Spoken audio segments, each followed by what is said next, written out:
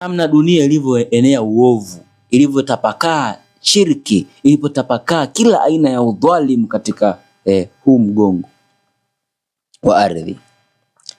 Kila mja ambaye anaamini kwamba Ibrahim alayhi salam ni baba yake wa imani, kila mwenye kuamini kwamba Ibrahim alayhi salam ni baba yake wa imani, yupo katika kufahamu kwamba dunia ipo karibu sana kumpokea mja wa Allah, mja pekee ambaye amefanikiwa kuishi kwa miaka zaidi ya 2000 katika ulimwengu. Ukisikia mwanadamu gani ambaye kaishi miaka mingi hapa duniani, sio Nuhu wala sio baba yetu Adam alayhi salam, bali ni Masihi bin Maryam, Masihi mtoto wa Maryam, Masihi Isa alayhi salam. Huyu ndiye ambaye mpaka leo yuko hai. Asa dunia ipo katika kipindi cha mwisho kumsubiri kumpokea.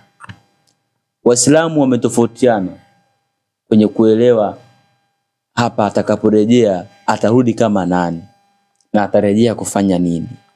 Wapo ambao wanaamini atarejea kama mtu wa kawaida, akirudi hapa atakuja kufanya kwa hukumu wa Kristo, kukata misalaba, kuvunja misalaba.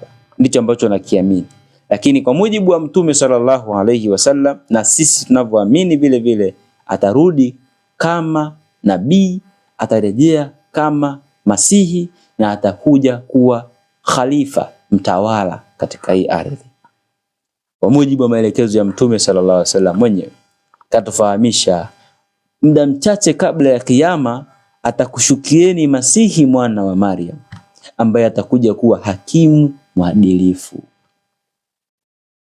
Kwa Masihi atakaporejea, anarejea kama Masihi, anarejea kama nabii, anarejea kama mtume, na pia atakuwa ni khalifa. Huyu atakuja kuwahukumu watu kwa vitabu vya Allah.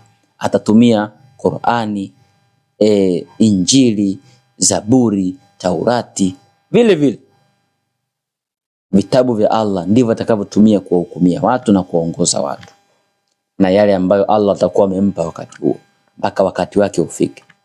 Kwa ndugu zangu, uovu uliotapakaa leo duniani, shirki, dhulma, udhalimu uliopo, wallahi muda wake upo karibu sana kufika uondoke.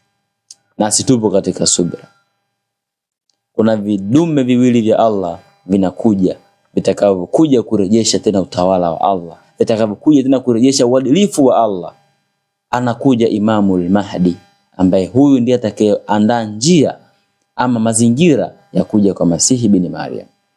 Lakini anakuja mwenyewe Masihi bin Maryam ambaye atakuja kuondosha uovu wote huu tunaoshuhudia, ikiwemo na huo ambao leo baadhi ya wafuasi wake wameaminishwa tofauti.